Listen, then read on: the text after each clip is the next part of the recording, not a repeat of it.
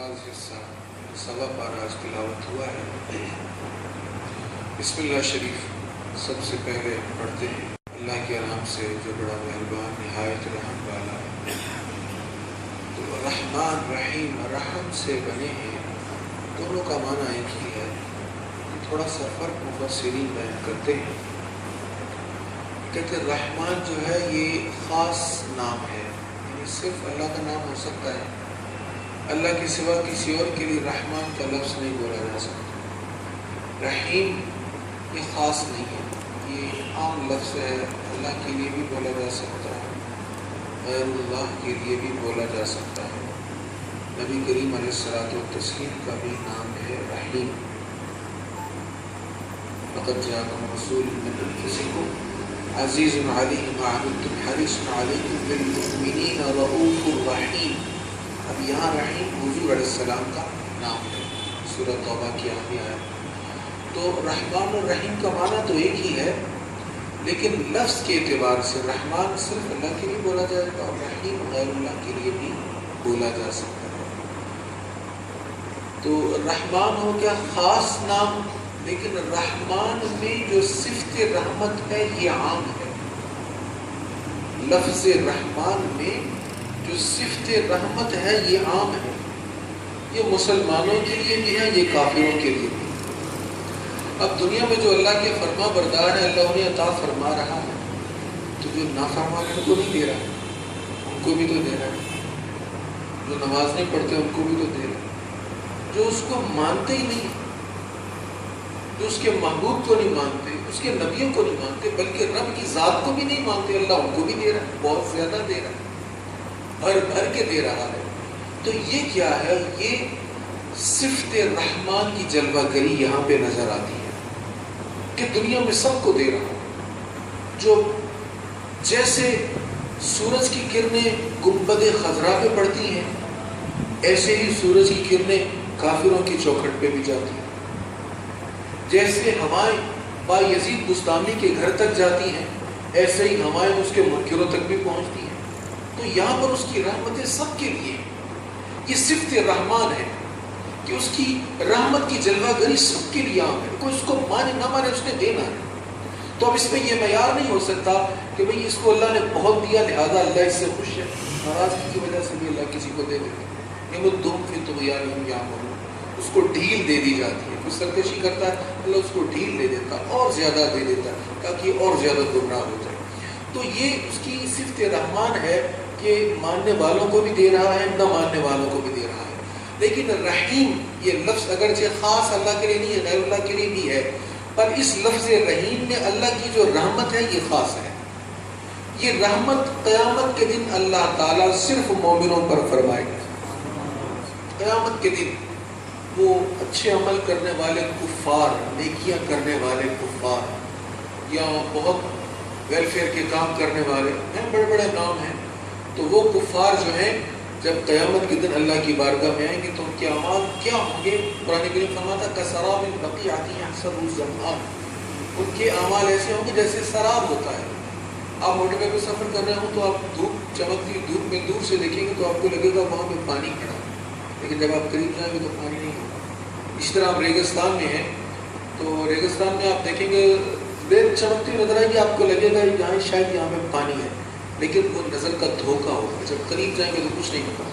تو کفار جو اللہ پر ایمان نہیں لاتے، اس کے رسولوں پر ایمان نہیں لاتے، جتنے مرضی اچھے کام کر لیں، انہیں لگتا ہے کہ ہم نے بہت کچھ کر لیا، لیکن قیامت کا جب دن آئے گا تو وہ سب کچھ ان کے لیے سراب ہوگا۔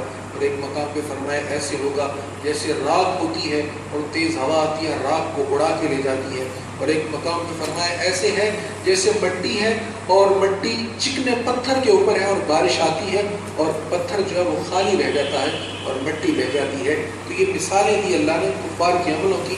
تو قیامت کے دن اللہ کی رحمت نہیں ہوگی، قیامت کے دن اللہ کی رحمت کفار کے لیے نہیں ہوگی، ہوگی تو صرف اللہ تعالیٰ کی رحمت اس کے ماننے والوں پر ہوگی۔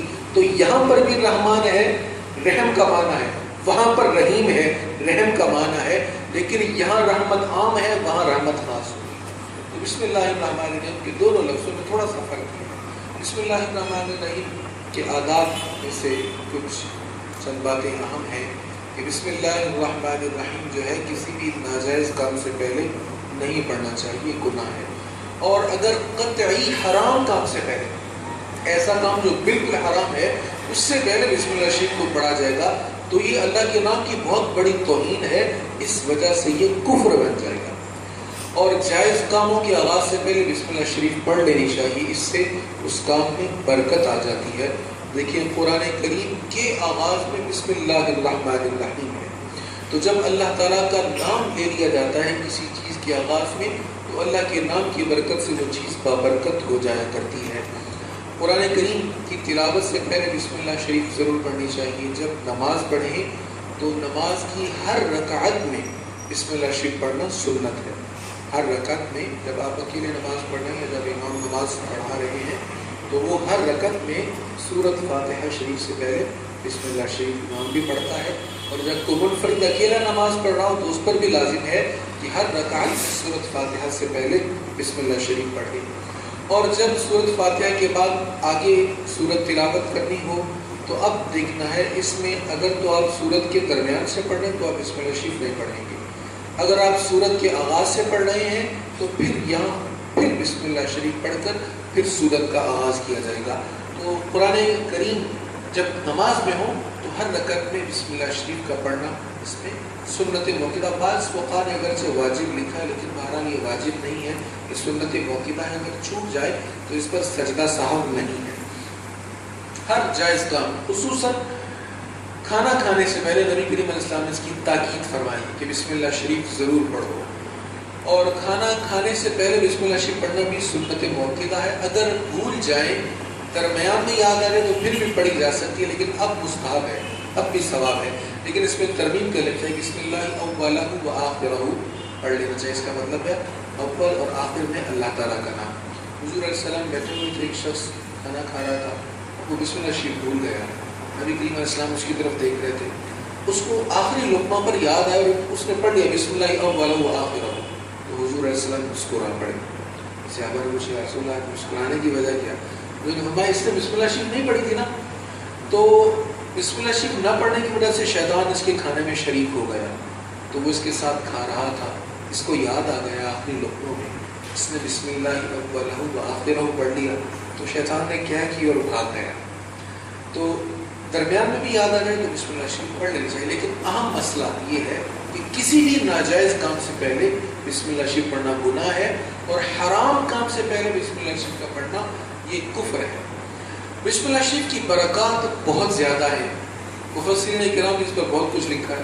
وہ ایک واقعہ صوفیہ کرام نے لکھا ہے. بشر آدمی ڈاکو تھا، بہت بڑا ڈاکو اور شرابی بھی تھا. تو ایک دن شراب کے نشے میں جا رہا تھا، دیکھا ایک کاغذ کا ٹکڑا زمین پر پڑا ہوا ہے، تو اس پر بسم اللہ الرحمن الرحیم لکھا. اس نے کہا چلو اللہ کا نام اس کو صاف کرتے. صاف کیا، اچھی سے خوشبو لگائی اور اونچی جگہ پر رکھ دیا. اور رات کو جب سویا تو خواب میں آواز آتی ہے بشر تو نے میرے نام کو خوشبو لگائی، میں زندگی بھر تجھے معطر کر دوں. تو بشر حافی پھر ولی کامل بن گئے. اتنے بڑے ولی تھے کہ بغداد کی گلیوں میں ننگے پاؤں پھرا کرتے تھے. اور بغداد کی گلیوں میں جب تک بشر حافی ننگے پاؤں پھرنے والے کو کہتے ہیں، تو جب تک آپ زندہ رہے کوئی جانور گلیوں میں غلاظت نہیں کرتا تھا. جانوروں کو بھی یہ پتا تھا، ان کو بھی یہ سینس تھی کہ یہ اللہ کا ولی ہے، اور ننگے پاؤں یہاں سے گزرتے تو ہم نے گلیوں کا خیال کرتے. تو اتنا بڑا مقام اللہ کے نام کی تعظیم کی وجہ سے نصیب ہو گیا. حضرت عیسیٰ علیہ السلام، کئی مفسرین نے یہ روایت لکھی ہے کہ عیسیٰ علیہ السلام ایک قبر کے پاس سے گزرے تو دیکھا کہ قبر والے کو عذاب ہو رہا تھا. تھوڑی دیر بعد دوبارہ جب وہاں سے گزرے تو دیکھا ماحول ہی سارا بدل گیا ہے اور قبر جو ہے وہ رحمتوں سے بھری ہوئی ہے. اللہ کی بارگاہ میں عرض کی مولا یہ کیا ماجرا ہوا؟ اللہ نے فرمایا یہ بندہ گناہوں کی وجہ سے عذاب میں مبتلا تھا. جب یہ فوت ہوا تھا بیوی اس کی حاملہ تھی، بچہ پیدا ہوا، وہ پڑھنے کے لائق ہو گیا. جب پڑھنے کے لیے گیا تو اس کو پڑھایا گیا بسم اللہ الرحمن الرحیم. جب اس نے بسم اللہ الرحمن الرحیم پڑھا تو مجھے حیا آ گئی کہ جس کو میں زمین کے نیچے عذاب دے رہا ہوں اسی کا بیٹا زمین کے اوپر مجھے رحمان الرحیم کہہ رہا ہے، میں نے اس پر سے عذاب کو ہٹا دیا. تو بڑا برکتوں والا جملہ ہے، اس کو پڑھنے کی عادت بنا لیجیے. علامہ قرطبی علیہ رحمہ جامع احکام القرآن میں فرماتے ہیں کہ ہر جائز کام کرتے ہوئے بسم اللہ شریف پڑھنا چاہیے، اور اٹھتے بیٹھتے کچھ پکڑتے پکڑاتے کچھ لیتے دیتے بسم اللہ شریف کا ورد کرتے رہنا چاہیے۔ اس سے تمام معاملات میں برکت آ جاتی ہے۔ اور پھر ایک بڑی خوبصورت بات کہتے ہیں من احب شیئا اکثر ذکرہ، حضور کی حدیث ہے کہ جس کے ساتھ تجھے محبت ہوتی ہے اس کا اکثر ذکر تیری زبان پہ رہتا ہے۔ کہتے ہیں اللہ تعالیٰ سے محبت کے اظہار کا ایک یہ بھی طریقہ ہے کہ ہر وقت اس کا نام لیتے رہو تو اس کے ساتھ محبت کا تعلق بھی مضبوط ہو جائے گا اور اس کے نام کی برکات بھی نصیب ہو جائیں گی۔ اللہ کریم ہمیں اس کی توفیق نصیب فرمائے۔